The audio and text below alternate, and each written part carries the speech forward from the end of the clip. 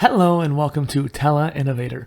So this is just a quick little video I wanted to make because as a creator we have this idea of like, oh, we want to make videos, we want to make podcasts, we want to make blog posts. Well, let's focus a little bit more on the video side there.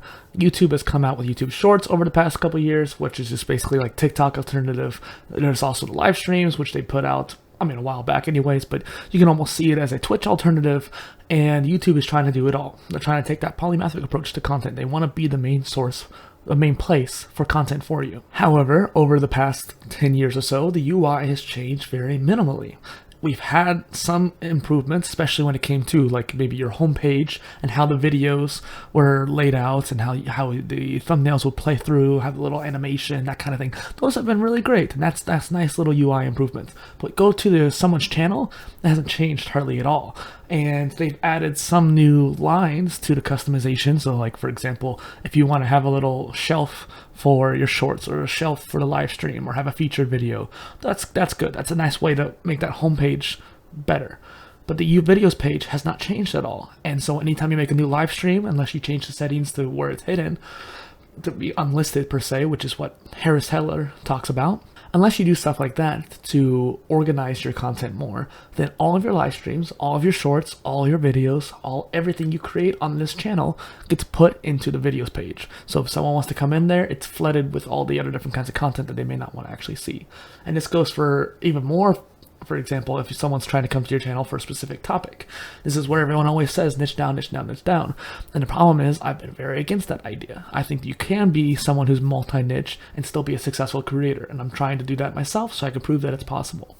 And it's a motivation for me. And I think there's a lot of issues when it comes to, as creators, how do we organize our content? I've spent an egregious amount of time organizing my videos into playlists, as well as curating videos too. If I find really interesting things around the same topic, I'm going to put that in that list. Even if it's technically competitors of mine, I want the people who are watching me to get the benefit. I don't care if they're competitors of me. You're going to have a better time by watching my video and or their video together, rather than one or the other. And so for me, curation is a big part of it. And so I make really nice playlists that really put all that effort into one flow. And so as a creator too, like I want to have playlists for my own content, and it makes it a lot easier to find what you want to find. So if you want to find just the educational stuff, you're going to find that. If you want to find just the exercise stuff, you're going to find that. The gaming stuff, the shorts, that kind of thing. But YouTube still has this issue of how do we show this person's live streams? How do we show this person's shorts? And shorts is more of a mobile kind of platform at this point. I don't know why this camera keeps autofocusing, I'm sorry. But the idea behind how you organize that content shouldn't be all on the creator itself. I asked Roberto Blake, great creator. I'll share his YouTube channel and the tweet that I'm mentioning in the description down below. But he had an AMA on Twitter. I asked him, like, what are the best practices if you want to have VODs, live streams, and shorts all on one channel instead of making separate channels?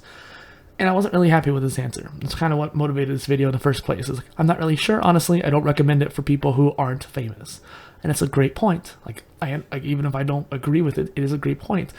When you're already famous, then it doesn't really matter what you put out as long as it's good content, people are going to like it. If you have live streams, they're going to know you like live streams, they'll ignore it if they don't like those. With shorts, it's kind of weird because even famous people, I think, have issues with shorts because it can screw up the algorithm, skew it at least a little bit. But for the most part, it's more like flooding your uploads page. That's the issue so much, not so much the actual algorithm aspect, but more of the visual aspect. When someone comes to your channel and they see a whole bunch of shorts, like Robert Greene, an amazing author. I've seen him on tons of podcasts. I love his content. I love his work. Anytime I see him, I almost stop and listen. Almost every time I see him, I mean. And his YouTube channel is like 80% shorts. Literally, just 80% shorts. And so when I went on there, I ignored most of those. It's kind of crazy because that's what we do. If we're on desktop, we want to see full long videos. If we're on mobile, we might want to see more shorter videos. It's the context of that. And so there was an issue of like, maybe he should have a separate tab for shorts and have his regular videos on another tab. Not him, but all creators should have this separate tab for shorts. And another creator, Harris Heller, who I mentioned earlier, he actually made a video on this, which I'll link again in the description. Should you make 3 different channels for shorts, live streams, and videos? When I saw that title, first off, I love his content. So I was curious to see what he was going to say. But I hated that concept. I hate the idea that you have to make a separate channel for each one. That's so stupid. What's the whole point of having these features for your channel when you want to have, if you want to experience those new shorts?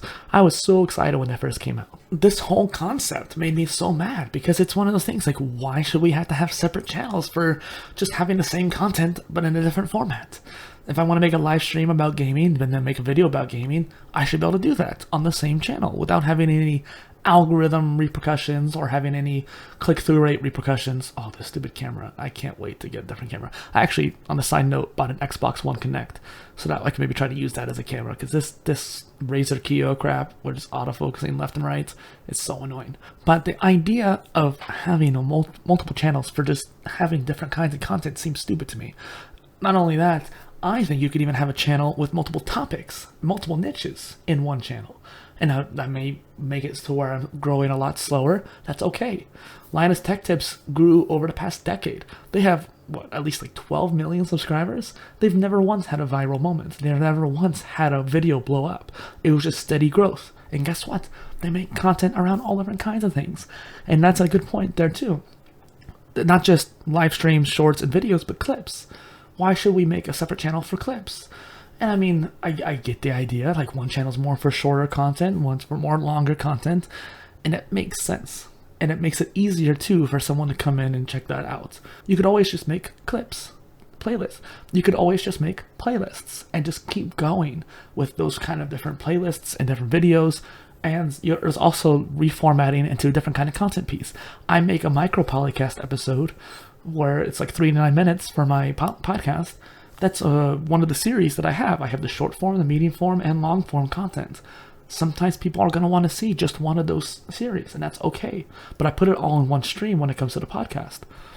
Recently, in fact today, instead of making this video, I should be working on this, is a compilation post for each season of the Micro-PolyCast. Because they're not necessarily in a certain order, they're not necessarily in a certain theme, but they are per season, and I wanted to make it easier to group up that way for people who wanted to listen to certain episodes, because a lot of them are evergreen ideas or content pieces that they can still listen to 5 years from now. So in order to find those podcasts, I created a blog post to curate each season of Micro-PolyCast episodes, and I'll be doing that too for each of the interviews as well. There's not enough regular Polycast or Omni content to really do that just yet, and I don't really know if I need to, but same thing goes for like clips. If you want to make just a clip for a certain interview, in the interview page, maybe put the clips on there, something like that. You can find different ways of aggregating content. You can even make a video where you're just going through all these, like a reaction video of all your different clips, something like that, where you're literally aggregating all of it into that. And so that's another piece of content right there. I have this plan for cutting out each of the questions. I ask one question to every guest on my show. What is a polymath to you? Oh man, this autofocus is terrible.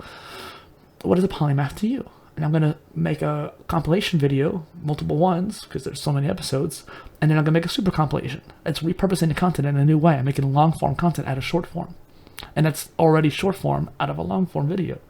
And so there's different ways you can repurpose and reevaluate what you're doing with your content. And that way you can still have that person who's taken out your content come to your channel and actually have the ability to keep all those different content types on the channel. This is the worst I've ever seen this phasing. Now, I'm going to be done ranting here, but the ideas, I wanted people to think about this with me and leave your thoughts in the comments too. Should you have different channels for shorts, VODs, live streams, clips? I don't think so. I think you should have it all in one place. Just do a good job organizing it. Maybe find a way to make a pattern like they do on Instagram with some videos. Like if you see a really good Instagram page, it's going to have like maybe a carousel, an image, and a video. Carousel, image, and a video. They have a pattern to it so people can know what to expect. It's hard to do that. I'm not great at it myself even. But if you look at the PolyInnovator Instagram, you're going to see some interviews and then a picture of me and then maybe a picture of some random quote or something like that. There's still a pattern to it, at least to some degree. If you could do that on your YouTube channel too, that could be an alternative way of going about it. And not to mention too, making it clear that you're going to have this kind of content pieces. Don't let it interfere with your interaction with the channel, like telling your audience that. All right, thank you.